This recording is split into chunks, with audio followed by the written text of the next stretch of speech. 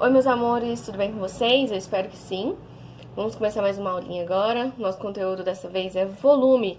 Esse conteúdo já vai ser o início do nosso segundo bimestre, ok? Então, antes de continuar, já escreve aí no início da sua folha, segundo bimestre. Certinho? Então, vamos lá.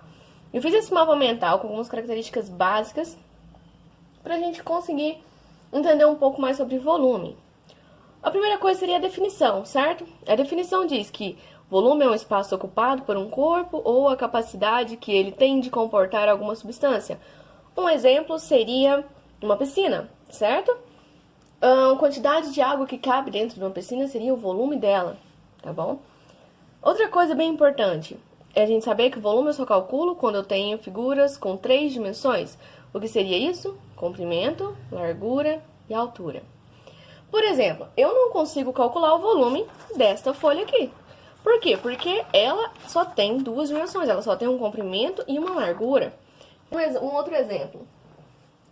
Esse pote aqui eu consigo calcular o volume dele, certo? Por quê? Porque ele tem 3 dimensões, certo? Eu consigo calcular o que cabe aqui dentro. Beleza. Unidades de volume. Eu tenho a do líquido, que seria o litro que a gente vai usar, tá? Que a gente vai usar a letrinha L. E a usada no Sistema Internacional de Medidas, que é o metro cúbico. A fórmula geral de cálculo de volume vai ser a área da base vezes a altura. Isso vai valer para qualquer figura, tá? A área da base vezes a altura.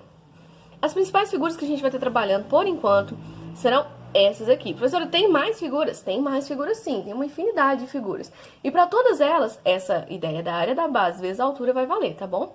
Mas por enquanto a gente vai estar trabalhando com o cilindro, o cubo, o paralelepípedo e o prisma reto de base triangular. Beleza. Visto que sempre vai ser a área da base vezes a altura, basta eu estar olhando, observando as bases. Por exemplo, no cilindro, a base é um círculo. Logo, se eu vou começar com a área da base, então eu vou ter a área do círculo, que a gente viu semana passada, que é πr ao quadrado.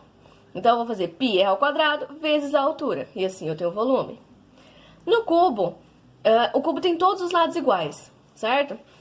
A base dele é quadrada, então seria um lado vezes o outro. Se é isso vezes a altura, então vai ficar L vezes L vezes L, que eu chamei de L aqui, certo? Que daria L ao cubo, certo? É o lado dele ao cubo. Eu tenho o volume do cubo. Paralelepípedo, eu tenho que a base dele aqui é um retângulo. Para quando eu quero calcular a área de um retângulo, eu multiplico um comprimento pela largura dele, certo? Seria um lado aqui vezes o outro. Feito isso, comprimento vezes largura, eu multiplico pela altura e eu tenho volume. E o prisma reto de base triangular, a primeira coisa eu vou observar a base, não é isso? A base dele é um triângulo. Como que eu calculo a área de um triângulo? É um lado vezes a altura dividido por 2, não é isso? Aqui eu coloquei um triângulo retângulo, certo? Então, basta multiplicar a largura dele por esse comprimento e multiplicar dividido por 2, né? Pra mim ter a área do triângulo e multiplicar pela altura. Beleza. Além disso, eu coloquei aqui algumas conversões, certo? Porque vamos supor que a gente tem uma piscina e que a gente calculou o volume dela e achou 500 metros cúbicos, por exemplo. Para eu saber a capacidade dela, quantos litros de água vai caber ali dentro, eu preciso multiplicar esse valor por 1000. Porque em cada metro cúbico eu tenho 1000 litros, certo? E essa conversão também pode ser feita dentro da própria unidade de volume do metros cúbicos, certo? Metros cúbicos, decímetros cúbicos, centímetros cúbicos, quilômetros cúbicos, milímetros cúbicos. O que acontece? A gente vai seguir aquela tabelinha que a gente sempre trabalhou com ela desde lá do ensino fundamental 1, só que dessa vez está ao cubo. O que vai mudar nisso então? Quando eu andar para a direita, ao invés de multiplicar por 10, eu multiplico por 1000. E quando eu ando para a esquerda, ao invés de dividir por 10, eu divido por 1000. Certinho, galera? Então é isso. Vocês vão copiar aquele textinho que eu passei para vocês. Depois vocês vão fazer um mapinha mental como esse daqui, tá? Pode fazer com a cor que vocês quiserem, do jeito que vocês bem entenderem, desde que tenha cada uma dessas características que eu coloquei nesse daqui, tá bom? Eu vou anexar uma imagem deste mapa mental para vocês lá, para ficar mais fácil. E vou soltar outro vídeo essa semana, ainda com alguns exemplos de resolução, tá? Para ajudar vocês com a resolução dos exercícios.